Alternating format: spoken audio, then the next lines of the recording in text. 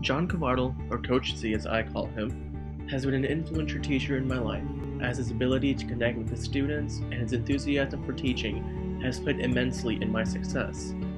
He has graduated from Tech with a master's in biology and currently teaches AP biology at Brookwood High School. In this interview, Coach C discusses about higher education and his own personal educational background and the decisions he took to becoming a teacher. He also greatly stresses ideas such as studying past college and enjoying what you study. Also in this interview, we will talk about opinions on current educational system and how he personally thinks that the educational system can be changed in the long run. Would you think that education, the educational system we have, not only Gwinnett County, even the colleges here in the U.S., maybe even around the world, do you think we should have it changed? Do you think it's perfect how it is? Promoting science and engineering enough within this country. We're outsourcing it to people that are coming in from foreign countries. Right. My wife recently, earned a PhD in biomedical engineering from Georgia Tech and Emory 2 years ago. And going to that graduation service, more than half the people that were there getting PhDs were from foreign countries, which that's great. But we need to figure out ways to tap those resources here. Okay. That's one part. The second part is we as a society look down upon people who go to trade school or 2-year universities. Guess what? A plumber is going to make more money than I will, and plumbers are recession proof. If my basement is flooded, I'm going to call a plumber. I'm not going to wait around and just let it sit. Right. If I don't have power in my house, I'm going to call an electrician.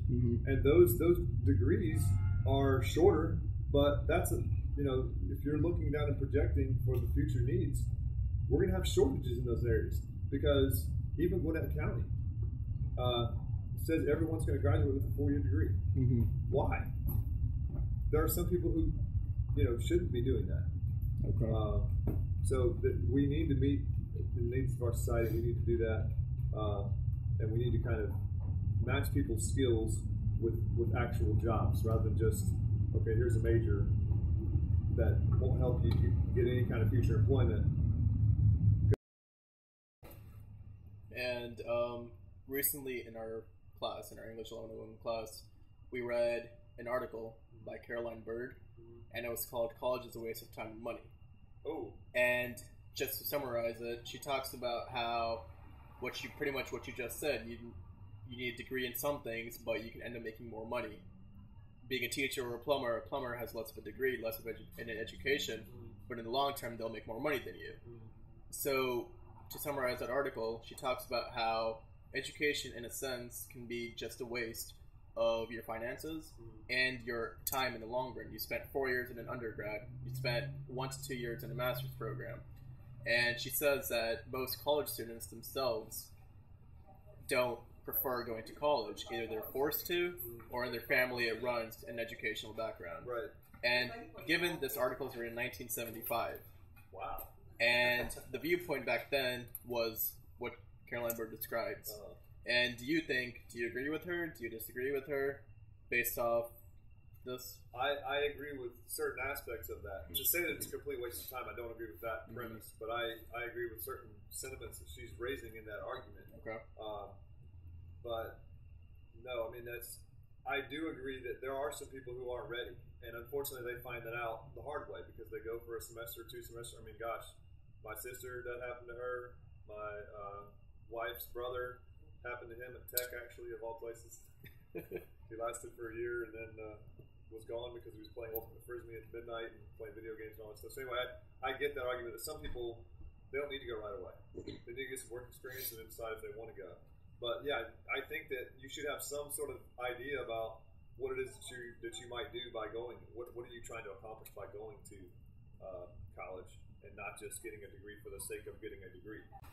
Your personal education that you've been through throughout the years, middle school, high school, college. You said you went to Mercer, private school, and Georgia Tech. Would you think about going back, maybe even you're teaching right now in a high school? Would you think about maybe becoming a professor at a college, maybe Georgia Tech? Or would you want to be teaching your entire life until you retire? If I said I hadn't thought about it, I'd be lying. Okay.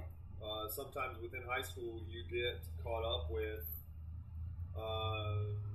lack of motivation, Mm-hmm. dealing with parents, things that you would not have to deal with at a university level that you do at a high school level. Okay. But I genuinely like being a part of the community of the high school. Okay. I like being involved. I coach basketball. This year I'm helping out SGA. Mm-hmm. I like going to different, sporting events and do different, theater performances, band concerts, orchestra concerts, and seeing there and being a part of my students' lives outside of school. Right. I don't think I would have that sort of connection Mm-hmm. with students or with the community as a whole at a college as I do here, Okay. because it tends to be, especially at a larger school, kind of a separation between professor and student. And one of the reasons why I love what I do is because I get to interact on a daily basis with people, and I get to have some small role in terms of helping to shape them for the future. Okay. And you can do that as a professor, Mm-hmm.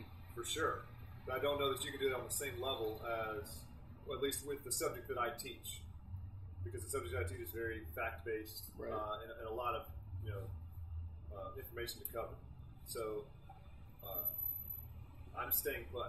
I'm not going to be going to university level unless it was to go to Georgia Gwinnett and teach some night classes. Okay. But I'm not going to give up, at least at this point, give up high school. Okay. And that was going to my next question. Do you think that there's a big difference between teaching in a high school level and a university level between? In every biology class that I took at Tech, Mm-hmm. that was cross-listed. So I took a lot of classes where there was undergrads that were 4,000 level and grads that was a 6,000 level class, and we had to do a separate meeting. Anyway, in those classes, I'm sitting in a lecture hall with Mm-hmm. 160 students. So there's no way, if I'm a professor giving a lecture, there's no way I can connect with all those students. Right. But when I was a TA, I could, Mm-hmm. because only 20, 30 would show up on a given night. Now, if you have the right situation, Mercer, for example, when I got to my senior classes for environmental sciences, Mm-hmm. you know how many students were in those classes? 3. I had classes where there were 3 students and a professor. That was awesome. That's Mhm. where you do really get to connect in a situation like that. Right. Let's say in high school, at least in Brookwood, Mm. you teach how many periods now? I have 5 periods. I have 5 periods. 4 APs this year and 1 gifted, which is a nice And thing. how many students are in each class? Now, Uh-huh. it's 30 per. 30 students per class. Yes. And remember AP, you remember. Yeah. I mean, they used to cap us at 20 to 22. Mm-hmm. So it's getting larger, and it's getting a little bit more difficult. But I think after going through this year and with new curriculum, I'll try to figure out ways for the future to kind of work through that. So it's getting a little bit more difficult to have some of those same connections, but Right. I think it is still possible.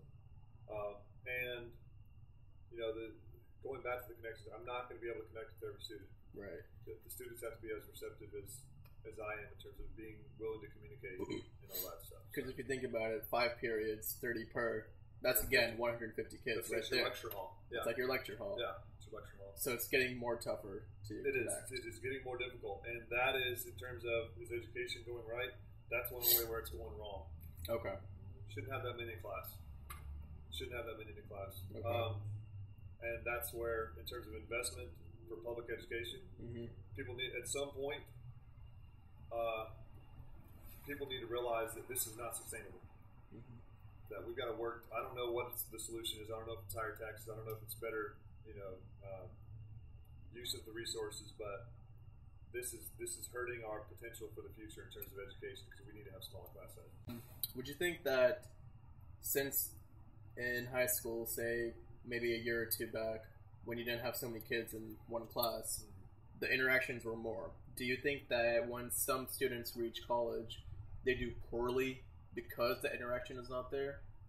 Or Potential, yeah, because they're kind of lost. You go from 30 is a large class size, but it's Mhm. nowhere near 150.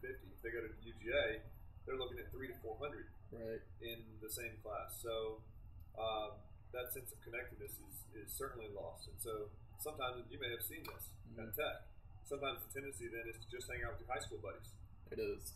Sometimes you have to. And sometimes you have to because you don't know anybody else. Right. But then the flip side is that you're missing out on one of the biggest, experiences in college is to branch out and meet new people and Right. make new connections. When I went to Mercer, I knew absolutely nobody. Mm-hmm. Nobody from my high school went to Mercer. Wow. Nobody in my hometown knew Mercer existed or where it was. It was only 5 hours away. but it was a good experience because I was forced to, Start new. Start new. So. Okay. And to wrap it up, do you have any advice for future generations, educationally? To always work hard and to never give up, because you're going to have situations and circumstances that are not ideal, whether it's large class sizes, whether it's teachers who are bad, whether it's students you have to work with on a group project that don't do their work. But you're going to have to rise above that, because guess what? In life, you're going to have to do the same thing. Okay. You're going to have jobs and different things like that where you're going to have to try to overcome those circumstances. And each part of that education road can get you to that ending journey. And it's an endurance test. I always wondered in college as an undergrad, why am I, what's the point of this? And by about year 3 or 4, I finally realized, okay, all this is it's forcing. Coach C's perspective on higher education and his emphasis on loving what you do gives credence to the necessity for education and the need for more interaction between students and teachers. His concern for his students and his enthusiasm to be around them assists him in creating a better learning environment, one that has a positive outlook on the future of the educational system. And like he says, baby steps along the way.